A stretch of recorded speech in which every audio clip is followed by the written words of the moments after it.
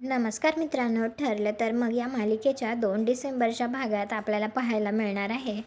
सायली रविराजला म्हणत असते, रविराज काका, आपल्याला जर महिपतच्या बुद्धीचा आणि मनाचा तोल घालवायचा असेल तर प्रतिमा त्याने तिथे असायलाच हवं. कारण 22-23 वर्षांपूर्वी जी गोष्ट घडली होती त्याच्याशी याच दोन व्यक्तींचा थेट संबंध आहे.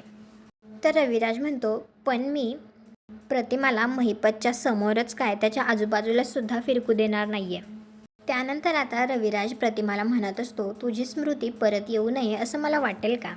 तर प्रतिमा म्हणते, मग आता माझ्या पुढे 2 पर्याय आहेत. घाबरायचं, कच खायची आणि महिपत समोर जायचं नाही, किंवा धीर गोळा करायचा, मन घट्ट करायचं आणि माझ्या भूतकाळाला सामोरं जायचं.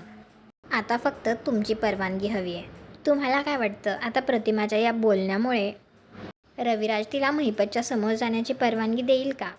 आणि अर्जुन आणि सायलीचा प्लॅन हा सक्सेसफुल होईल का? कॉमेंट करून नक्की सांगा. व्हिडिओला लाईक करा, आपल्या मराठी मालिका चॅनलला सबस्क्राईब करा. भेटू पुढील भागात.